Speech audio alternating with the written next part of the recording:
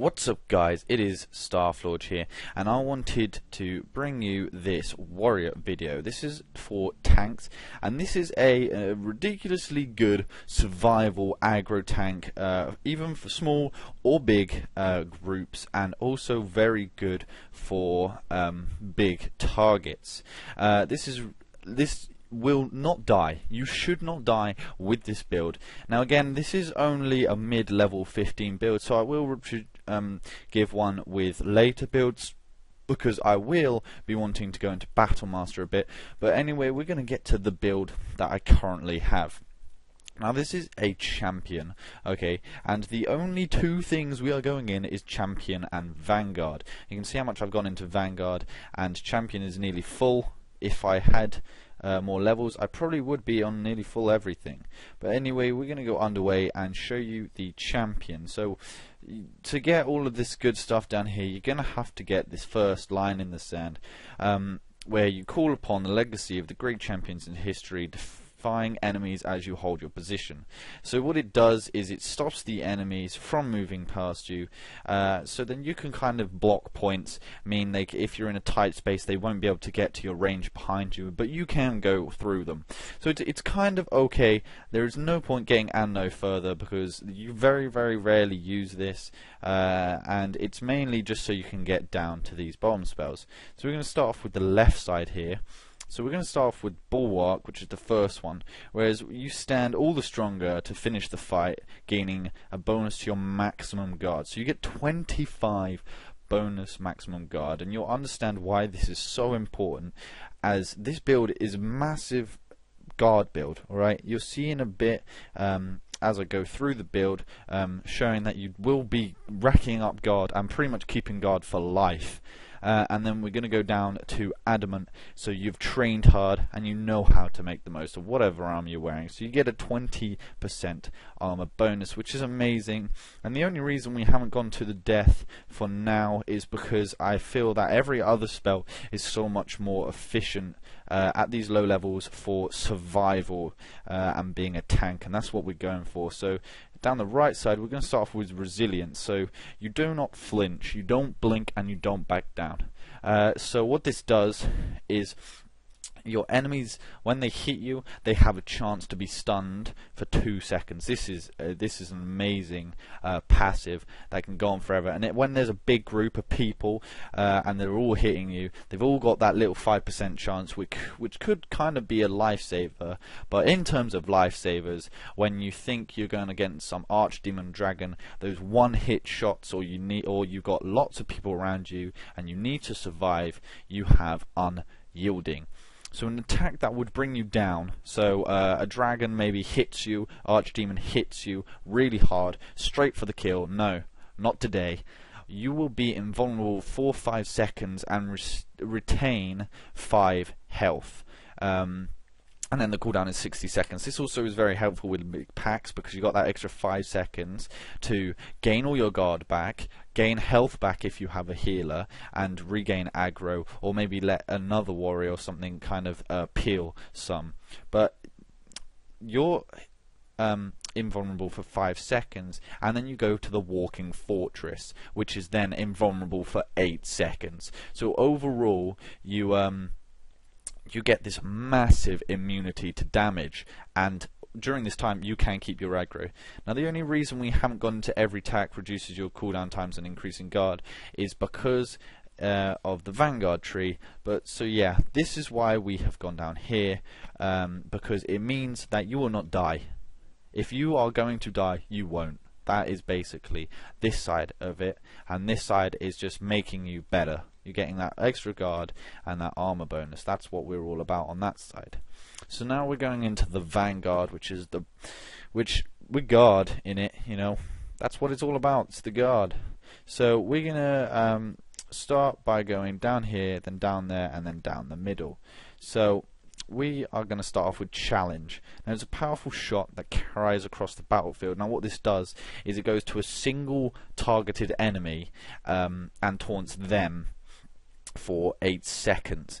And what this does is then give you 10% guard amount, which is ridiculously high, just for one ability. And you'll see why in a bit. With that and more, you'll be getting more and more guard. But there we go. So this is guard that you're getting. That's the main reason. Plus, it's a single target taunt, which is really good for single target bosses, something like that, or even crowd packs, just picking the first one up. And then making them focus you. But then you do get through the gauntlet because it means you get 15 stamina per second, which means you can get all your other spells out nice and quick. And then we're going down to Trust the Steel to give you an extra 20% armor bonus. And now this means your armor is massive. You are going to take little damage from rogues and warriors and that type of thing. And don't worry, mages, you can get your guard on, and if you have a mage on your team, odds are you'll have barrier on top of all that guard. So now we're going to go to Warcry. You taunt all nearby enemies. Now this is amazing for big packs, because not only do you taunt all of them, you get 20% guard per enemy. So if there's 5 enemies, that's 100% guard. Bam, right up. And we will also go into Call to Arms, which for 5 seconds mean you have 200% armor bonus. You can already tell, guys, that this build is ridiculous. You will not die. It's crazy. And then when we go down here, we have another 25% maximum guard bonus. So we've got loads and loads and loads and loads of more guard that we're gaining. So now we're going to go down to the Charging Bull. Now why do you want this? It's mainly the fact that you get guard, and also for the Gore and Trample. Now what this allows you to do is if there's that one enemy that's escaped, or it's going towards one of your range and you need to get to them quick, you can charge at them. Or it's very good for charging in and then being able to do something like a war cry to taunt them all. So it does do quite a bit of nice damage, 150%, but then you get that 10% guard, 10% guard per enemy, which is amazing. Again, and it's got a short cooldown, so hopefully you won't be losing any aggro. And then to go with this is the Gore and Trample, meaning your next ability costs no stamina, which means you can go on and cast a nice War Cry or Unbowed, like just basic War Cry normally, or Challenge or any other spell for free, keeping you going. Then we'll go down to the It'll Cost You.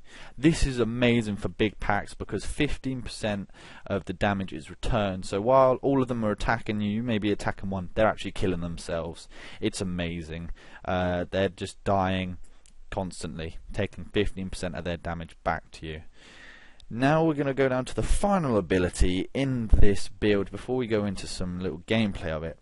Now it is Unbowed. You'll focus on your defensive training, gaining guard for each nearby enemy. If you're low on that guard and you don't have War Cry to gain and taunt everything and gain all that guard, you can just use this and gain 10% guard per enemy.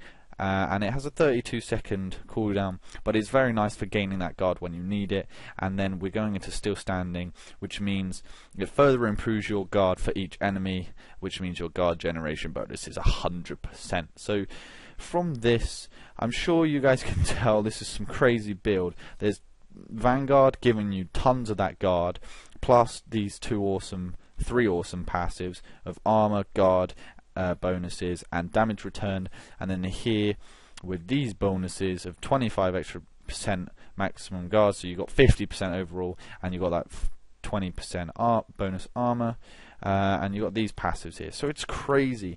Now we are going to go into here where you can see there are a few enemies. Now what you're going to want to do is Charging Bull in, or Challenge then Charging Bull, so that you get the first kind of aggro, and because you're the first one to cast the spell, they'll focus on you. Charging Bull in, War Cry to gain all their aggro, keep all this guard up. If you see it dropping, you can use Unbowed. Line in the Sand will prevent these guard points from going down, and obviously you got this passive for if you're dying, and obviously Walking Fortress if you're dying. So here we're going to put the Line in the Sand down, which means they hopefully can't get through here. Taunt one, charge in, stop midway, and then taunt the whole lot. Now at this point, all of them are taunted to you, and there is pretty much no way of you losing any aggro whatsoever.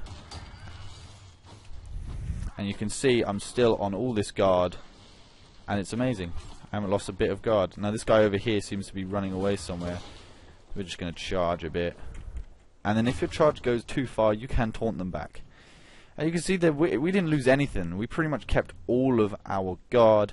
Ridiculous survivability. I would show you one with a dragon or something big, but we're not in that situation. But you could imagine what would happen. You're not going to die. This is an ultimate survival tank. This is the tank of all tanks. Guys, if you are a tank, you will not die. You are unkillable as this. Hope you guys enjoy this. Hope all of you tanks out there enjoy it, because I know you will not die with this build. Guaranteed. Unless you do something ridiculous, you will never die. That is a guarantee. Hope you guys like it. Leave a like and subscribe, and I'll see you next time.